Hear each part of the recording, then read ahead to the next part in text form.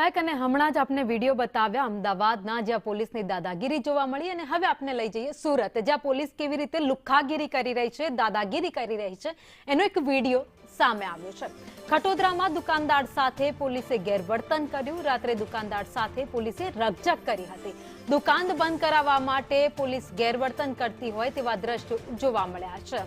દુકાનદાર સાથે રકઝક કરતા પોલીસ પર પણ સવાલ ઉભા થઈ રહ્યા છે।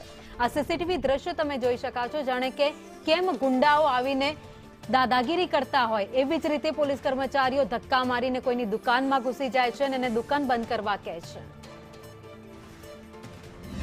પાનના ગલ્લા, ચાની લારીઓ અને ઈંડાની લારીઓ આ બધું રાત્રે 11 વાગ્યા પછી ચાલુ રહે છે। ન્યુસન્સ પેદા થાય છે।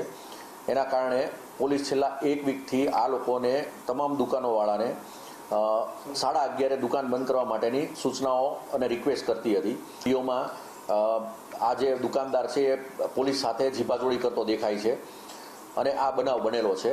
પોલીસે જે કાર્યવાહી કરી છે એ જેન્યુન કાર્યવાહી છે।